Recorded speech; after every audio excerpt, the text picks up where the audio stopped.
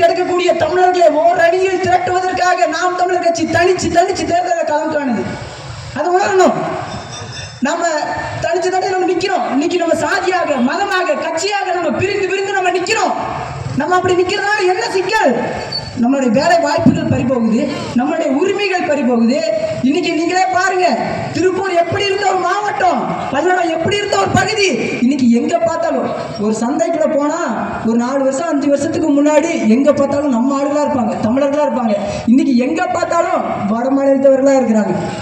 அப்போ இன்னும் ஒரு 5 ஆண்டுகள் ஆகட்டும், முழுக்க அவர்கள் தான் இருப்பாங்க. நம்ம எல்லாத்துக்குமே ஒரு வாய்ப்பு கொடுத்துட்டோம்ல. திமுக வாய்ப்பு கொடுத்தோம், அதிமுக வாய்ப்பு கொடுத்தோம், காங்கிரஸ், பிஜேபி எல்லாத்துக்குமே ஒரு வாய்ப்பு கொடுத்தோம். ஒரு முறை நாம் தமிழர் கட்சிக்கு வாய்ப்பு கொடுங்க. ஒரு முறை. இன்னைக்கு கொஞ்ச நாளைக்கு முன்னாடி தொடர்ச்சியா பாஜக சேர்ந்தவர்கள் பேசுறாங்க, மீண்டும் மோடி வேண்டும். மோடி எதற்காக மோடி? ஏன் மோடி? சொல்ல முடியுமா? ஒரு கேள்விக்கு பதில், ஏன் மோடி வேணும்? ஒரு பதில், வேலை வாய்ப்பு இல்லை, அதனால வேலை வாய்ப்பை உருவாக்குவதற்காக பாஜகவுக்கு வாய்ப்பு கொடுங்க கேட்பாங்க. இதே 2013ஆம் ஆண்டு பிரதமர் மோடி அவர்கள் சொன்னார், ஆண்டுக்கு 2 கோடி இளைஞர்களுக்கு வேலை வாய்ப்பை உருவாக்கி கொடுப்பேன்னு சொன்னாரு. இன்னைக்கு பிஇ முடிச்சுட்டு, இன்ஜினியரிங் முடிச்சுட்டு, எம்பிஏ முடிச்சுட்டு இன்னைக்கு ஆயிரக்கணக்கான லட்சக்கணக்கான இளைஞர்கள் வேலை இல்லாம ஸ்விக்கிலையும் ஜொமேட்டோலையும் வண்டி ஓட்டி இருக்கிறாங்க. இந்த நிலைமை ஏன் வந்துச்சு? மோடி அவர்கள் கொடுத்த வாக்குறுதியை நிறைவேற்றி இருந்தா ஏன் இவங்க ஸ்விக்கி ஓட்ட போறாங்க, ஏன் ஜொமேட்டோ ஓட்ட போறாங்க? இன்னைக்கு வேலை வாய்ப்பு இல்லாம இளைஞர்கள் தவிக்கிறார்கள்.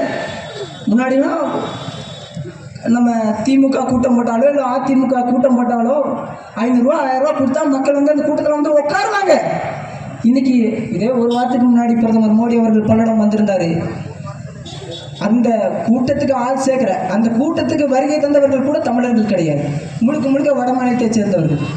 மோடி பேசும்போது கைதட்டல் பறக்குது, அண்ணாமலை பேசும்போது என்ன பேசுறாங்க எல்லாம் மண்டையை சொல்லியா. இதான் நிலைமை. கொஞ்சம் சிந்திச்சு பாருங்க. ஏன் மோடி வேணும்? ஊழலை ஒழிக்கிறதுக்கு மோடி வேணும். ஊழலை ஒழிப்பாரா மோடி? ஊழலை பத்தி பேசுறதுக்கு பாஜகவுக்கு எந்த தகுதியும் இல்லை, ஒரு தகுதி இல்லை. ஏன் சொல்றேன்? இதே ரஃபேல் விமானம் வாங்குறாங்க, பிரான்ஸ் நாட்டில இருந்து ரஃபேல் விமானம் வாங்குறாங்க. வாங்கினதுல ஊழல் நடந்திருக்கு, எதிர்கட்சிகள் குற்றச்சாட்டு முன்வைக்கிறாங்க, உச்ச நீதிமன்றத்துக்கு வழக்கு போகுது. எவ்வளவு கோடிக்கு நீங்க விமானம் வாங்கியிருந்தீங்க? அந்த ரஃபேல் விமானம் எவ்வளவு செலவாச்சு? அதுக்கான கோப்புகளை கொடுங்கன்னு உச்ச நீதிமன்றம் கேட்குது. இந்த பாரதிய ஜனதா கட்சியை சேர்ந்தவங்க உச்ச நீதிமன்றத்தில் என்ன சொன்னாங்க தெரியுமா? கோப்புகள் காணாம போயிருச்சு, பாதுகாப்பு அமைச்சகத்தில் இருந்த கோப்புகள் காணாம போயிருச்சு. ஒரு கோப்புகளை பாதுகாக்க முடியாத இவர்கள் சொல்றாங்க நாட்டை பாதுகாக்க போறோம் அப்படின்னு சொல்றாங்க. கொஞ்சம் சிந்திச்சு பாருங்க. போட்டி நடக்குது, உண்மையிலேயே போட்டி நடக்குது. திமுகவுக்கும் பிஜேபிக்கும் உண்மையிலே போட்டி நடக்குது.